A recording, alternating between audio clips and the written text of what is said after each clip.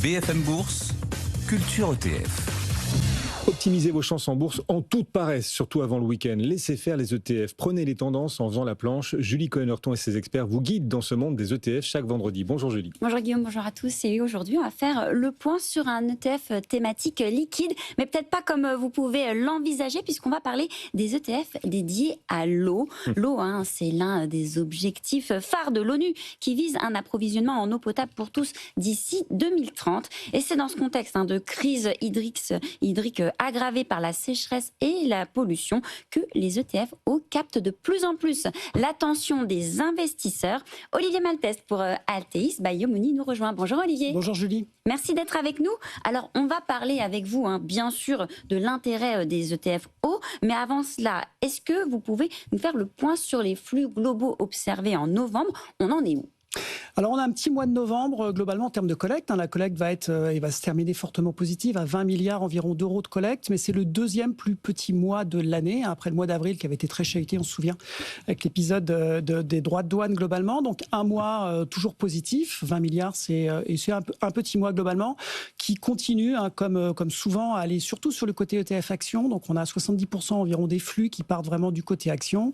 Le marché obligataire collecte environ 5 milliards sur le mois, donc c'est assez consistant aussi. On a un retour aussi des flux positifs sur les matières premières. On se souvient donc environ 1 milliard de collecte sur les ETF sur les matières premières. On a vu une forte décollecte le mois dernier qui avait suivi une forte collecte. Donc on sait qu'il y a quand même beaucoup de volatilité globalement sur les matières premières. Mais là, c'est un mois qui devrait être positif d'environ 1 milliard. Et une collecte qui reste positive aussi sur le marché émergent. Ça va être certainement un des thèmes de l'année 2025 au global, les flux sur l'émergent. Et côté action, ce qu'on peut noter, c'est qu'on a une décollecte sur le côté action américaine et donc plutôt une rotation en faveur de l'Europe sur le mois, ce qui est pas banal globalement sur les flux en général sur les ETF. Alors Olivier, on va revenir à l'eau. On le disait, l'eau qui fait partie des objectifs de développement durable de l'ONU, mais avec plus de 2 milliards de personnes sans eau potable et puis les crises hydriques qui s'intensifient. Comment aujourd'hui les ETF ils s'intègrent dans cette tendance mondiale qui est urgente et quels sont les principaux ? Alors, c'est effectivement un des objectifs des développements durables de l'ONU. Parmi les 17, c'est le numéro 6 qui avait été fixé et statué il y a 10 ans. Désormais, l'objectif pour cet objectif de développement durable, justement, c'est qu'en 2030, on arrive à, de manière universelle, permettre à tous d'avoir accès à l'eau potable et d'arriver aussi à gérer de manière un peu plus durable cette ressource globalement rare au niveau de l'eau.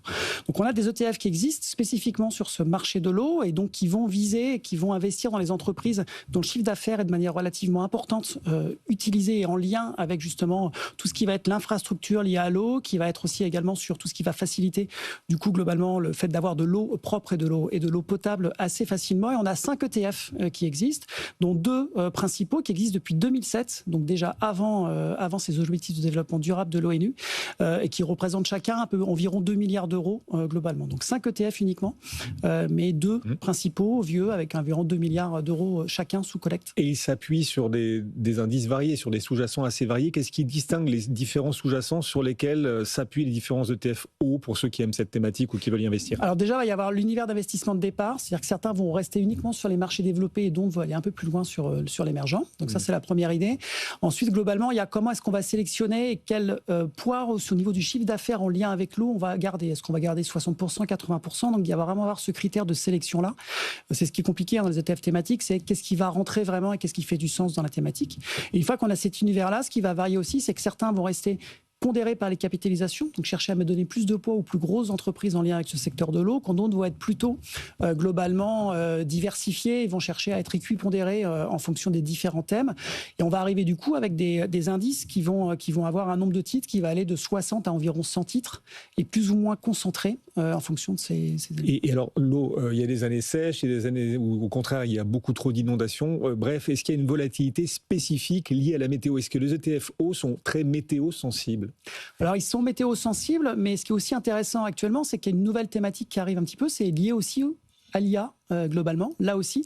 Et ça ressemble un peu à l'électricité. Pourquoi ? Parce qu'on le sait, tout ce qui va être utilisation du coup de l'IA et des réseaux qui vont permettre justement d'utiliser ces intelligences artificielles ont besoin d'une part d'être rafraîchis et utilisent l'eau pour ça. Donc c'est une forte consommation d'eau et c'est aussi ce qui est prévu. Et puis également, comme l'électricité, on a besoin de plus d'électricité pour faire de l'IA. Et si l'électricité vient notamment par le nucléaire, il faut aussi refroidir plus les centrales. Et donc il y a ce nouveau thème aussi qui vient et ça peut être un moyen de manière peut-être un peu moins chère en termes de valorisation, de jouer ce développement de l'intelligence artificielle, de jouer ce développement de la technologie. L'électricité commence aussi à être très recherchée, donc ça peut être le moyen aussi. C'est ce qui va aussi intéresser potentiellement les investisseurs sur cette thématique de l'eau, globalement, puisque ça va devenir de plus en plus crucial comme thématique. Et est-ce que vous pensez, Olivier, que les ETF eau, finalement, c'est une sorte de sous-marque des ETF transition énergétique ? C'est effectivement, on peut le voir comme ça. Et c'est vrai qu'il y a eu, quand on regarde les flux globalement, jusqu'en 2021, et surtout en 2021, il y a eu environ 2 milliards de collectes juste sur cette année, sur vraiment cette thématique de l'eau, ce qui suivait aussi les énergies alternatives et ce qui suivait un petit peu tout ça. Donc c'est vrai que c'est relativement lié. Depuis 2021, on n'a que des années de rachats consécutifs, de décollecte globalement sur ces ETF. Mais il y a cette nouvelle thématique quand même qui pourrait redonner de l'intérêt, notamment sur l'ETF eau. Merci beaucoup, Olivier Maltès. Je rappelle que vous êtes le directeur des investissements de Altéis by Yomoni.